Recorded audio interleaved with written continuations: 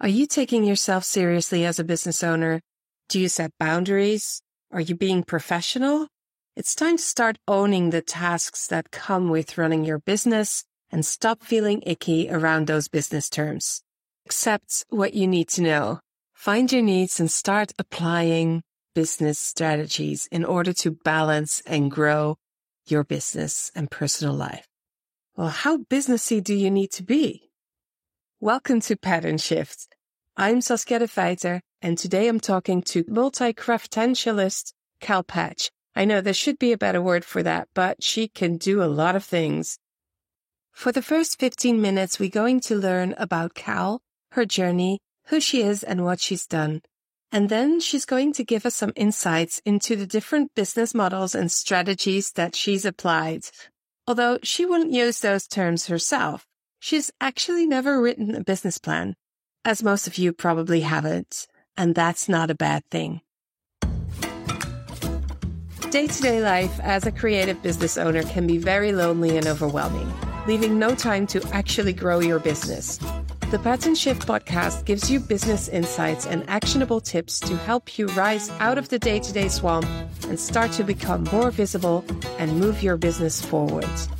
Find out how you can be part of helping crafters move away from fast fashion and become a value-based business owner who's on top of things, running a business that's more sustainable for yourself, your family, and our planet. In this 45-minute episode, we'll be demystifying some business concepts and terms. We'll be looking at some different business models and their pros and cons, navigating the elephant in the room, asking for fair pay, and talking about the value of learning from experienced business owners. By the end of this episode, you'll hopefully learn that it's not about the business terms and what you call things. It's about what they can do for you. Start to think about how business models and strategy can bring you balance and feel more confident about making the next choice you'll want to make on your journey. And gain insights and inspiration without going to business school, but just from connecting to experienced business owners. Now, before we start, don't forget to sign up for our emails via patternshift.com and get regular and actionable business tips in your mailbox. Or, alternatively, find the link in the show notes.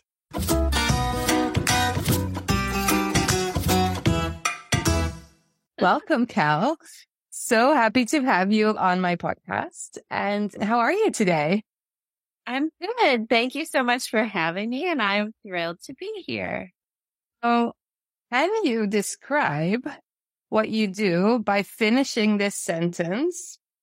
I help people learn how to make their own clothes would be the simplest way. Because it's so empowering, and the ability to make their own clothes with your own measurements in mind is just it's everything. Because when we buy clothes, we know there's so many reasons that it's problematic to buy clothing, but maybe at the top of the list is that they usually don't fit you. And so to make your own clothes based on your body, because actually what I should elaborate and say, not just making clothes, but to draft your own patterns is really the special niche that I teach.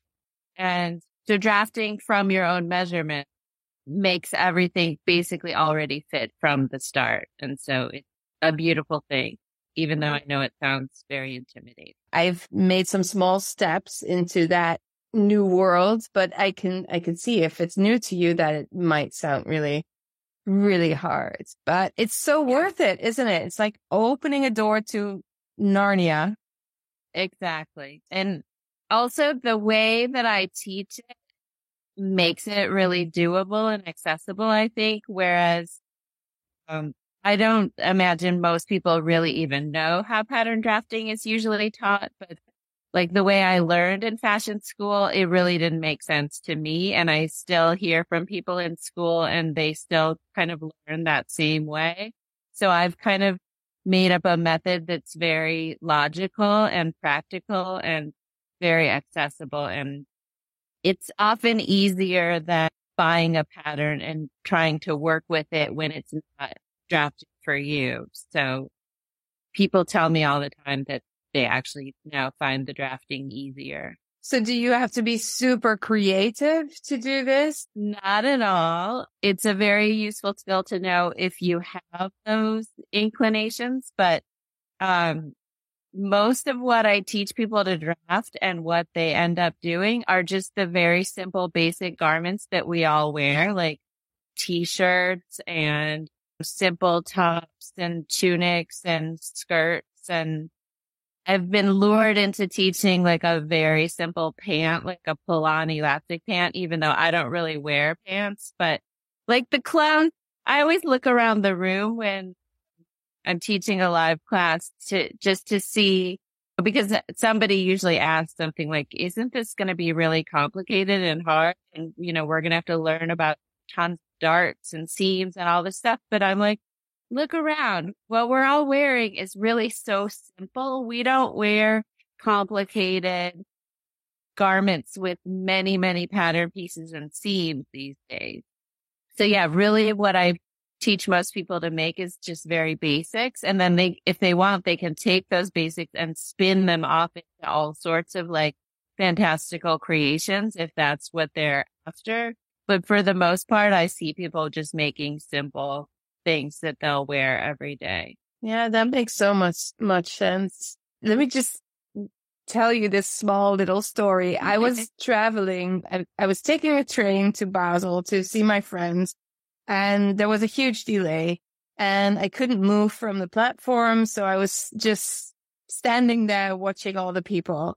And because making my own clothes and my wardrobe in a conscious way is just top of the head always, I was looking at all these people and thinking, okay, so what is the common demeanor in all of this? What are people actually wearing?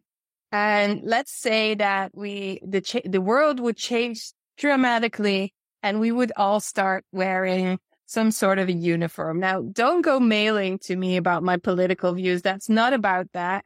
It's just what I saw is that people wear white sneakers in the Netherlands in 2023, white sneakers, black straight-legged pants, more than jeans, which was amazing, and black bubble coats. So this is what we would look like. And this is what people that would be the least complaining if that was the uniform. Now, I know that you and me probably wouldn't choose to make a black bubble coat because that's not the most sustainable process. But if you do make your own basic outfits, t-shirts, skirts, leggings or pants, and they fit well, there's no reason to buy anything anymore. Could it be that simple? Totally. Really my uniform, although no one who looked at me every day would ever say I wore a uniform because it looks very different every day. But generally, it's always some form of tunic or dress over leggings. That's pretty much what I wear every day because it's just the most comfortable, easy, looking good. Like it just has everything going for it, in my opinion. I mean, I guess partly I'm lucky that I don't have to go to work anywhere that has some kind of dress code or, strict. Well, I guess that's what a dress code is. I don't need to redefine it, but, I can wear whatever I want. But to me, it's just all about comfort, but also looking good. Although that always leads me down a weird path of looking good is very subjective. And I just want to look sort of creative and colorful. That's what makes me happy and comfortable. I feel like often when you say comfort, it just implies sweatpants and a baggy sweatshirt. Yeah, everything baggy. Yeah. Yeah. And I might often be baggy, but I hope to think it's sort of a baggy with style kind of thing. Or intentionally baggy, but I don't always wear baggy. Anyway, that's also fit is another like huge topic of like, what does fit mean? And fit is very subjective and, but we're not there yet. How about if you make your own wardrobe? I think people get overwhelmed by the idea of making a full wardrobe. But going into this journey myself, just making good quality stuff that you actually really like and don't need to replace so often kind of makes it that you don't have to make very much. Like you don't have to make a lot of things, right? Right. Yeah.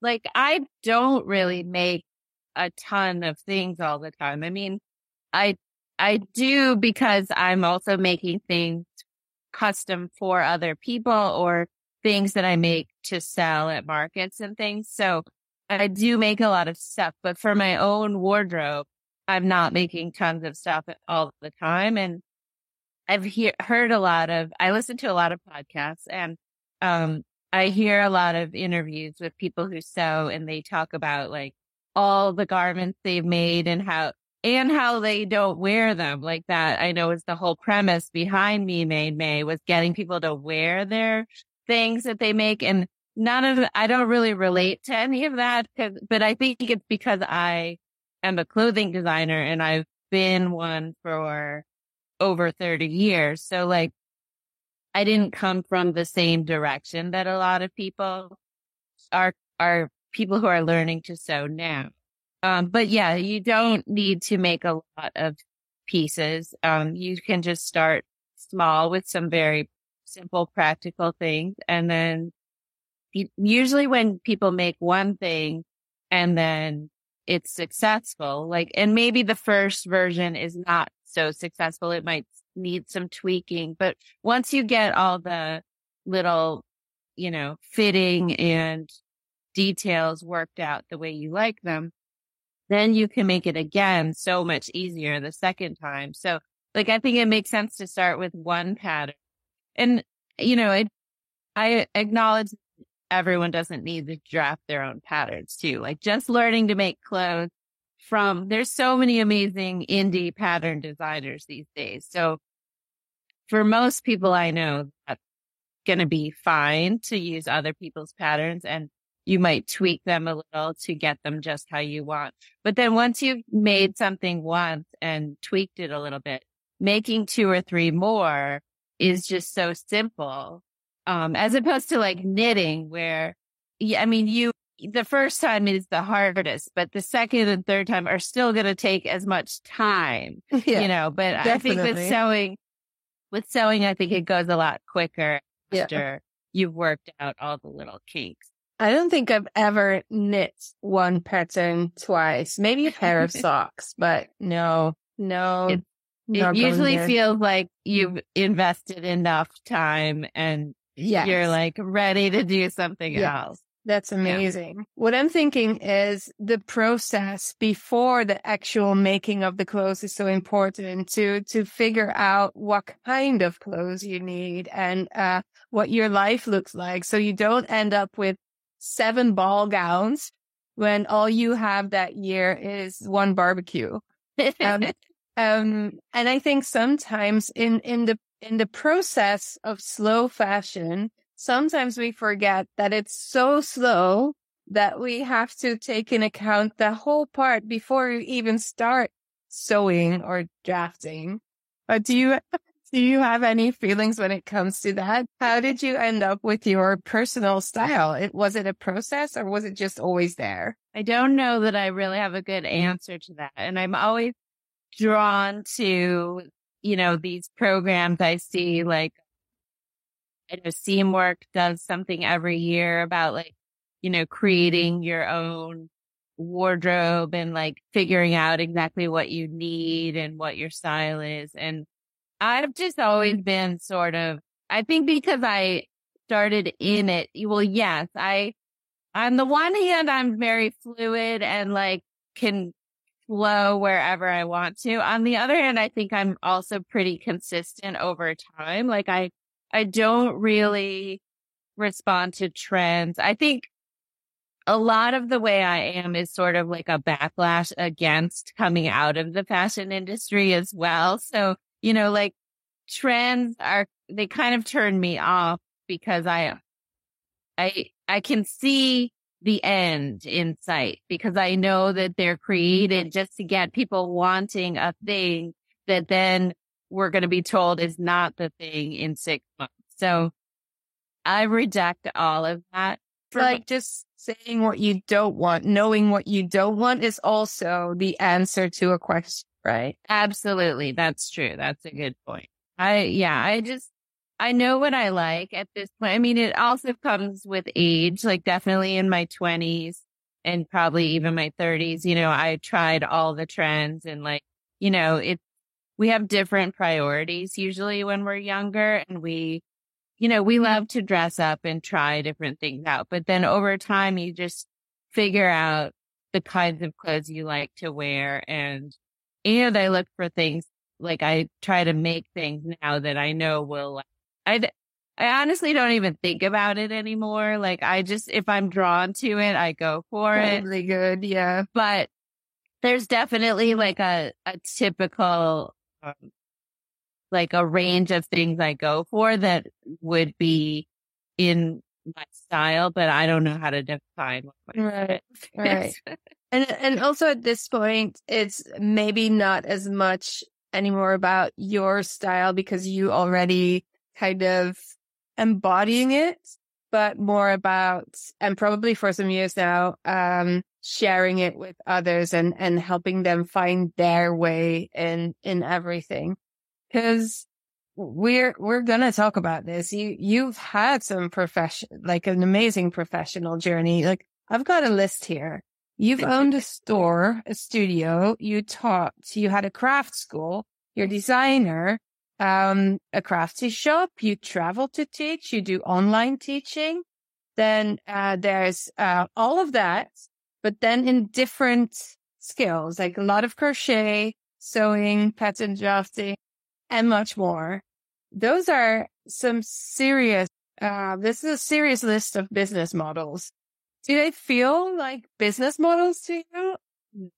No. And I think a lot of the things you listed, they kind of overlapped. Like they might have been, you might have said the same actual thing in a few different ways. So it sounded like more things, but, no, none of it. The term business model, a lot of the terms that you mentioned earlier, like branding and business model, like I know that they all apply, but I also can't like directly feel like it's not that they don't apply to me, but I've just never thought of them that way. And I've never done things, like I've never started a business thinking like this is the business model or even what's it called? A business plan. I think like when I opened my store, I tried reading a few of those books about how to write a business plan because I wanted to do it the right way. Like I'm very, I could be very studious and, I try to like follow the rules if I think it's going to, be the smart way to do it. And I had I'd never even worked in a store before when I opened a store. So I felt like I should try to figure out how to do it. But everything I read in the books, like just felt like it didn't apply to me at all because it was all about like, if you're planning to open a French fry store, find out where the nearest French fry store is and make sure you're not, too close to them. And like, I was like, well, I'm opening like a weird art clothing shop and I don't even know the products I'm going to buy because like this was before the internet. And I was like, I can't find the people that make these things. They're going to have to find me. And like none of what I was doing applied to anything they were saying in the book. So I just finally was like, I just have to wing it and make it up as I go. Yeah. Yeah. And especially on the indie side of things, I think this is how we do it. Like most of us, I'm just going to say us, like, businesses in the fiber and needlecraft space. We don't even have a name for that. Did you know that? I mean, maybe you do, but I just pushed them together, fiber and needlecraft, because if I Google for it, there's not even a real industry name that combines all of it.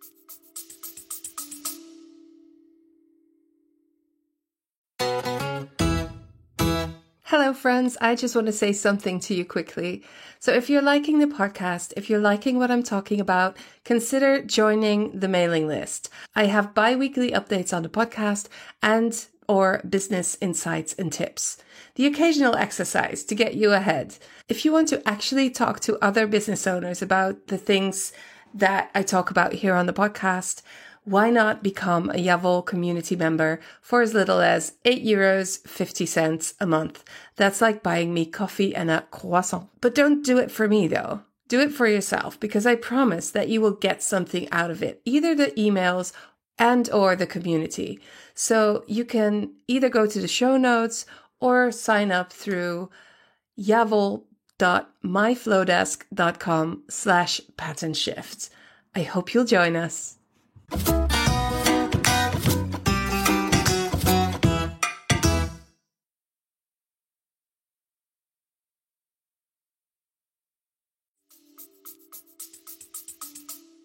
Yeah.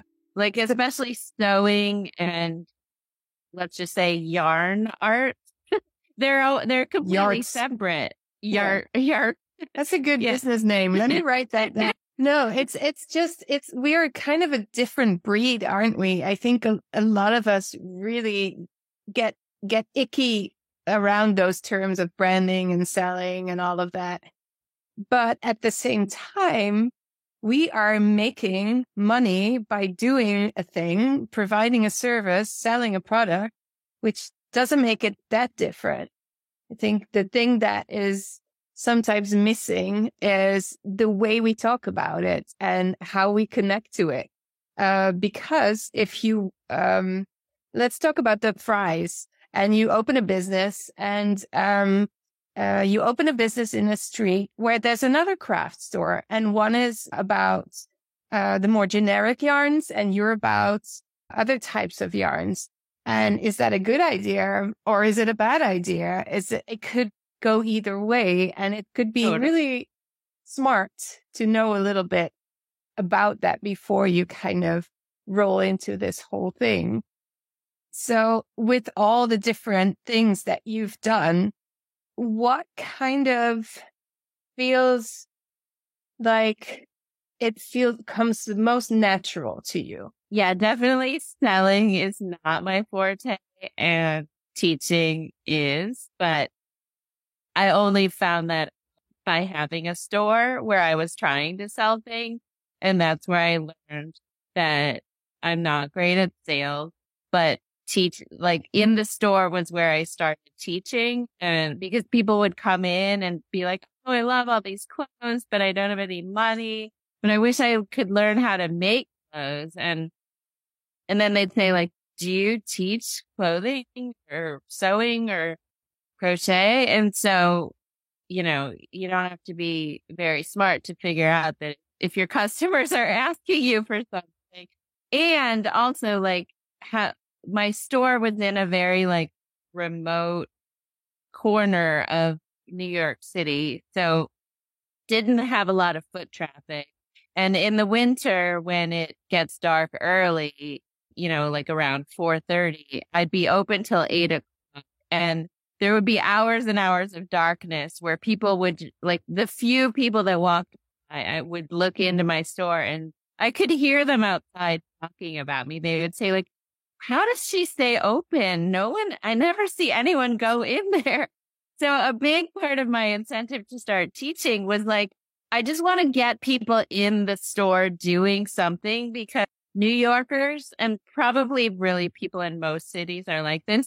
If they walk by a place and no one's in there, they're not interested. But if they see something going on and people sitting around a circle, playing with yarn or something, they're just like, what's going on in there? So it totally worked. But so at first I actually had a free crochet class just to get people in the door. And then I quickly learned that having things for free, a lot of downsides to it, aside from the fact that you're not making any money. But people don't really respect it. They don't come back to the second class. So many issues. So I right away started charging after I think I taught one class for free. And then, I just found that teaching felt so good to me. It felt like I'm giving people skills that they will have for a lifetime. Whereas selling just always, to this day, it still feels like slightly icky to me. I think it's just my nature. Like even when someone is buying a dress that I made and I'm charging them, I charge what I think is like high enough price to justify the labor, but it's still just not my favorite feeling. I love teaching. I love it. I've written down 4 things that can be connected directly to all those icky words.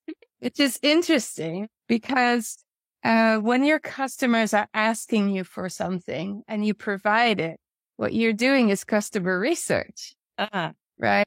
So you could do that as you go, or you could do it up front. It's not as sexy up front. You'd rather be doing something else, but it could be very helpful. And when you say, you're in a remote area with not a lot of foot traffic, I had the same thing. My first studio was in a space that used to be the fire department, and it was in between 2 streets. Like you couldn't get in there unless you went under like a gate. And so you had to go under the gate, around the building, through 2 doors before you even got to the studio areas. Like nobody was there, but it was cheap. Yeah. That's always that's why I was where I was, because it was affordable. Yeah. Yes. And so that's maybe where you start, and then you make some money, and then you put a little bit of money aside. And then I moved into the street where there was a lot more foot traffic. And of course it was more expensive, but I was also selling more. So this is also business.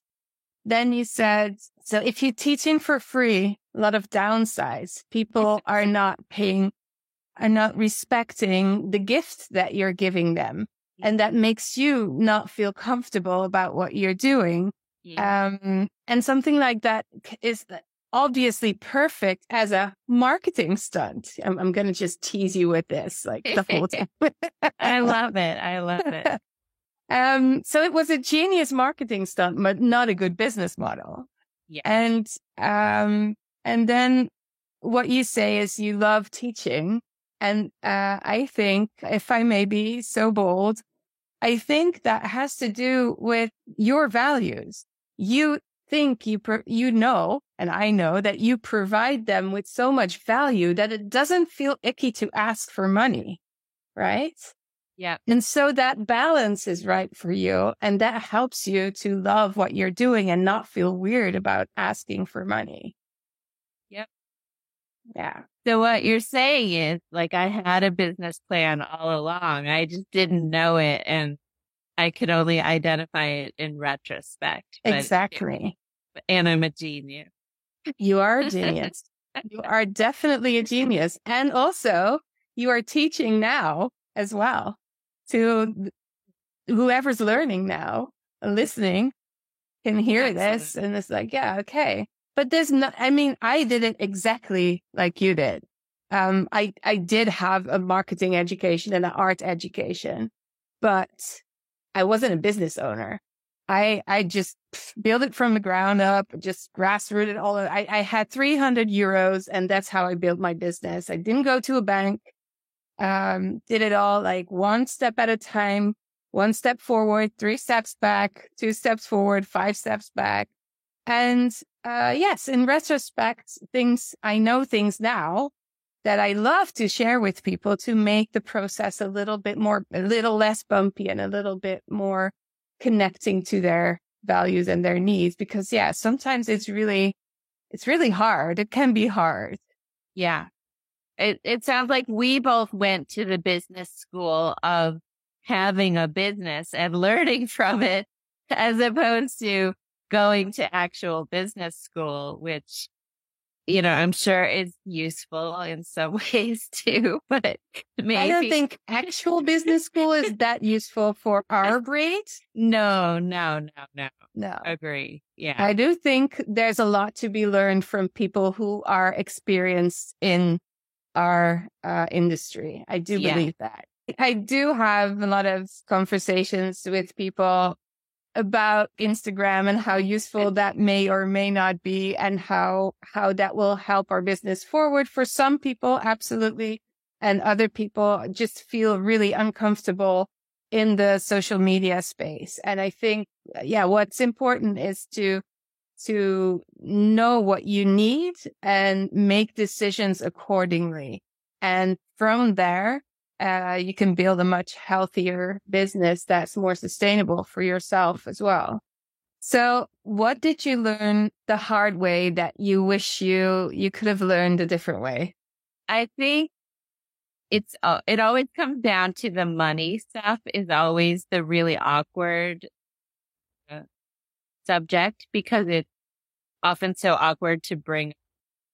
But so one lesson that I've the hard way is that as awkward as it is, and as much as I'd like to procrastinate and talk about money in the beginning phases of making some kind of deal, or, getting hired to teach somewhere or any of that, it only gets more awkward the further down the line you are. So bringing it up right off the bat and saying, either this is what I charge, or how much do you want to pay, or, somehow broaching the topic of payment and price, the earlier the better, like in the very first, or at least second email, because, too often it just seems like, oh, she's just casually asking, if I'm available for something, or describing what she wants me to, teach for.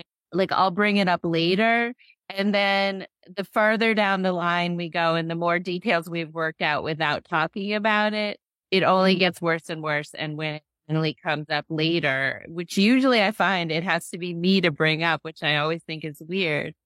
Then suddenly it's like, oh, wait, like I remember having a situation where I'd been talking to a shop for months about teaching for them, and we had never talked about payment. And when they finally, I finally brought it up, they were like, oh, we were planning to pay our teachers $12 an hour. I was like, oh no, that is not. And I mean, this was years ago, but still, my plan is, well, it doesn't matter, but,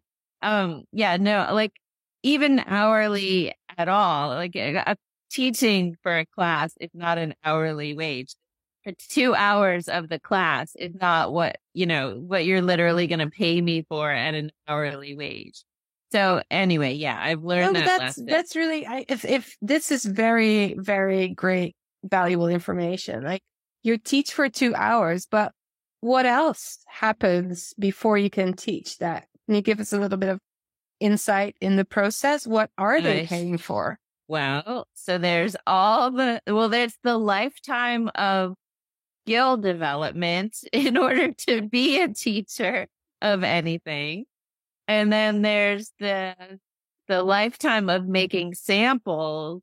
I bring samples to my classes from 10 years ago or more. There's all the preparation literally for the specific class, and the marketing, and the writing the class description in a juicy, enticing way, and the photograph. Like, there's, so many details. Yeah. So there's definitely, it's very important, if you take yourself seriously as a business, to set some boundaries to keep yourself happy and healthy.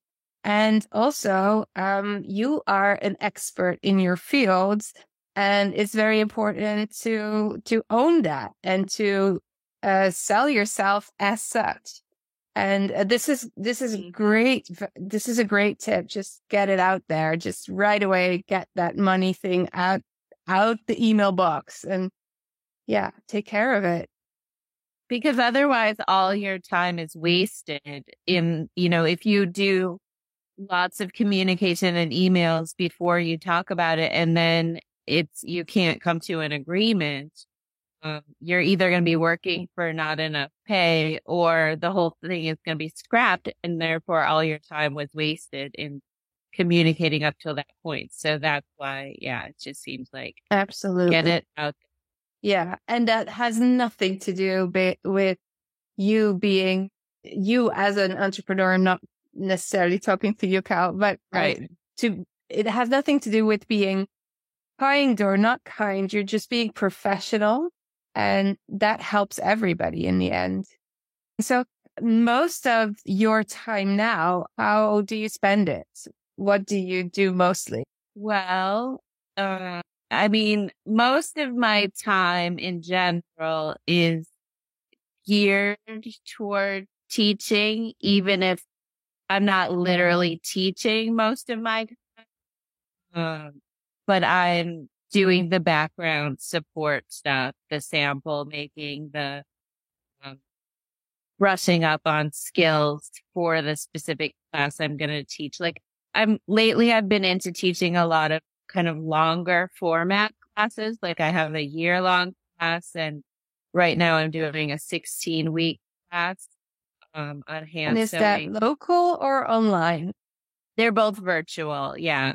The longer format seem to work well virtual because I live in a very remote area. So I don't have a huge pool of people to pull from in my immediate local area.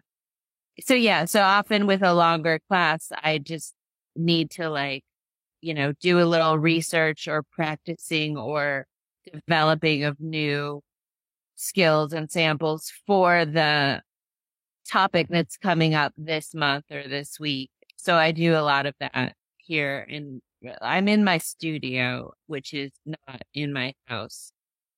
How do you kind of balance that where you don't travel enough? Like what's a good balance for you? So finding balance in the traveling and teaching is a tricky thing, and I'm not sure that I've really figured it out. I would say just before the pandemic, I was starting to feel like I was traveling a little bit too much, because it's really hard to say no to things that they all sound so fun. And retreats, like you mentioned, they're my favorite way to teach, because I just love going to a beautiful place and meeting a bunch of new people who they're interested in making clothes, or they already make clothes. So we have a lot in common right off the bat.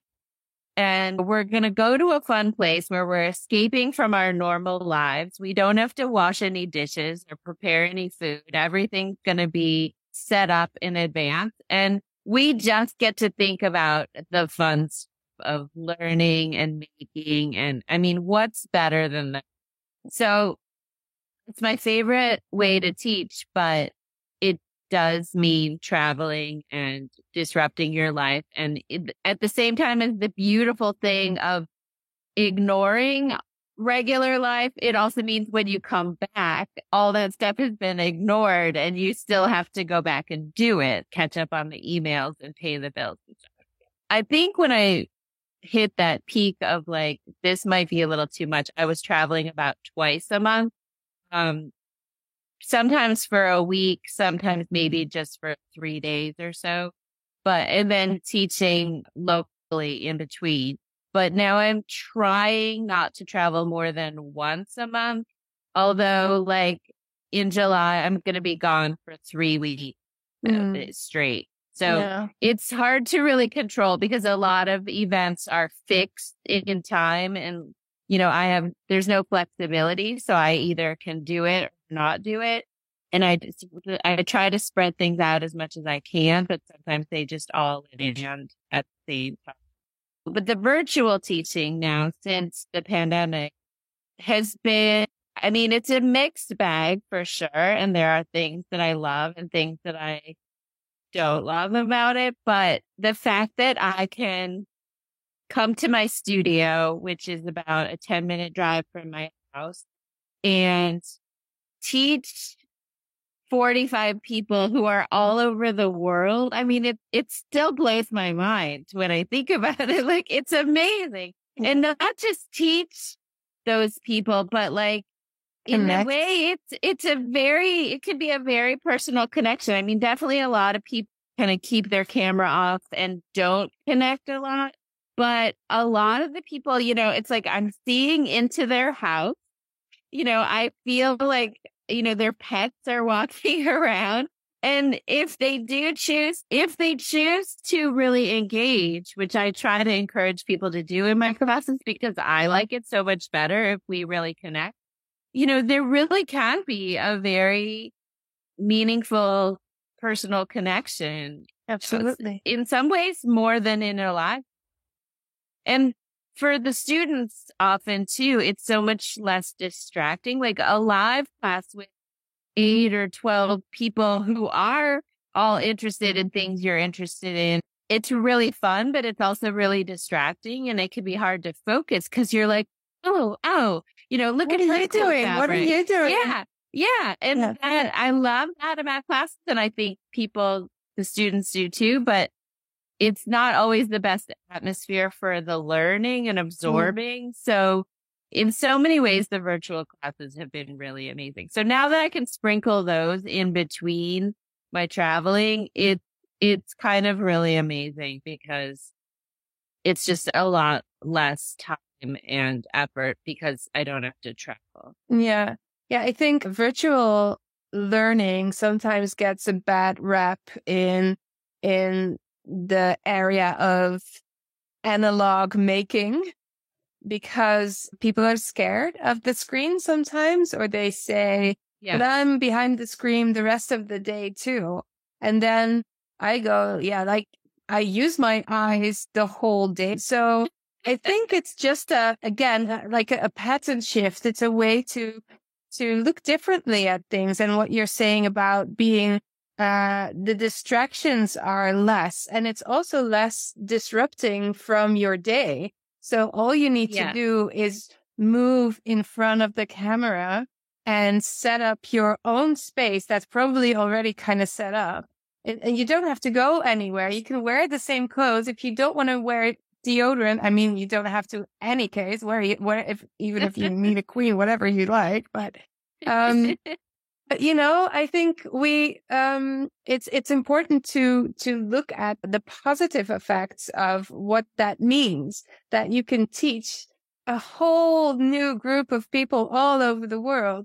And there's also still the option to meet people in person, which is just another different thing, but they're both equally wonderful in their own rights. Yeah. And I think it sounds like a great balance. And, I was just wondering one thing. You have a lot of contact with people that you teach, students. Do you have a lot of connections to other business owners? Do you, No. And do you feel like that's perfect? I'm okay. Or do you sometimes feel like you want to find out how other people are doing things, or are you curious? Or I definitely crave more.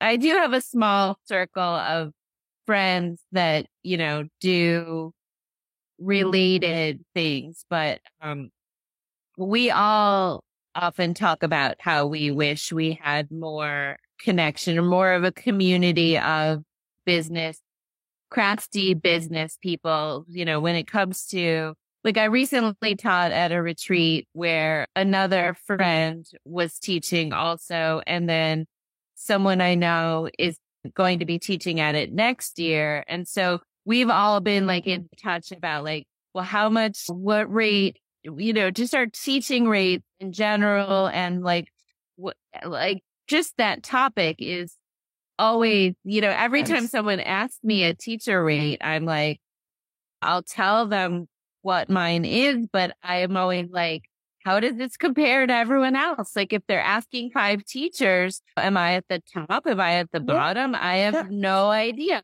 Should we be raising it every year? Like, who knows? And I'm terrible about, being that person, like that role where I'm advocating for myself. Even though I said bring up the money early, I'm not actually good about how to handle the bringing up the money. But you found a solution to deal with it because you don't feel comfortable about it, which makes it so professional. And that is the reason that you are probably where you are right now, because you're talented, you know what you're doing, and you found ways to do things your way, and it works. So yeah. And then probably you could teach another one of your friends a little bit about that, and they could teach you something else. And it's just really, really valuable to know what's going on behind the scenes. But I think a lot of business owners are scared to share their quote unquote secrets with each other because they feel it's a little bit competitive, or somebody might steal my ideas. And that was, I talked about that with Pilar from Chile. We had that conversation about stealing ideas and stuff, but at the same time, you kind of really need support in different ways, because we kind of this is our whole conversation. We kind of not making it up as we go along, but we kind of organically flowing into this business journey and pick some things up along the way. And how wonderful would it be if we could support each other in the areas where we feel uncomfortable and maybe not so confident. Like, even if we've managed to make a name for ourselves, we're still human. We still don't feel comfortable about all the aspects of what we do. Yeah. I absolutely agree, and definitely see that it would be useful to have a lot more people to talk to about. Call me any day. Great. Al, thank you so much for this conversation. I hope I didn't put you on the spot too much. I know it was a different angle than usually. We didn't even talk about specific designs or anything. We really went into the backside of what it's like to own a business for you. And you've been so open and so generous. Thank you so much. I love talking about all of this stuff, and I'm very honored to have been invited, and I'd be happy to do it again. Amazing.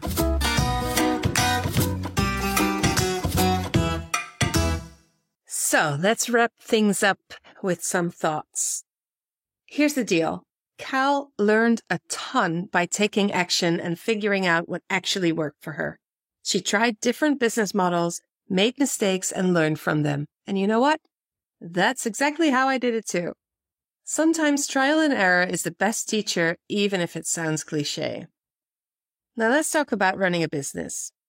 It's a whole different thing compared to being a creative, an artist, a teacher, or a designer. We often cringe at terms like marketing, selling, and branding, but guess what? We need them. We need the strategies, plans, and have a clue about what we're doing. And most importantly, we need to learn from our mistakes, grow, and keep on building on top of them. But here's the thing.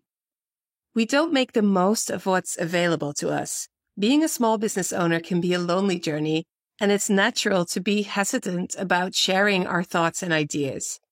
You think it's tough enough to grow your business, and you don't want to spill your secrets. But let me tell you one.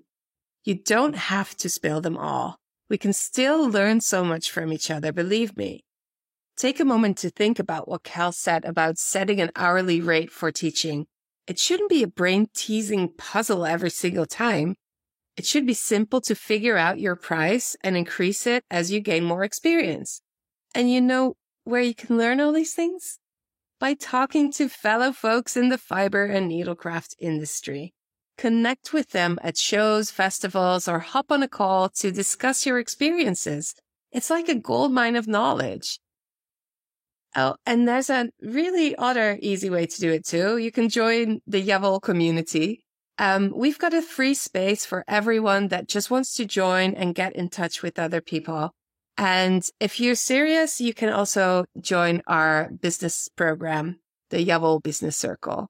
It's like having a support system tailored just for entrepreneurs like you.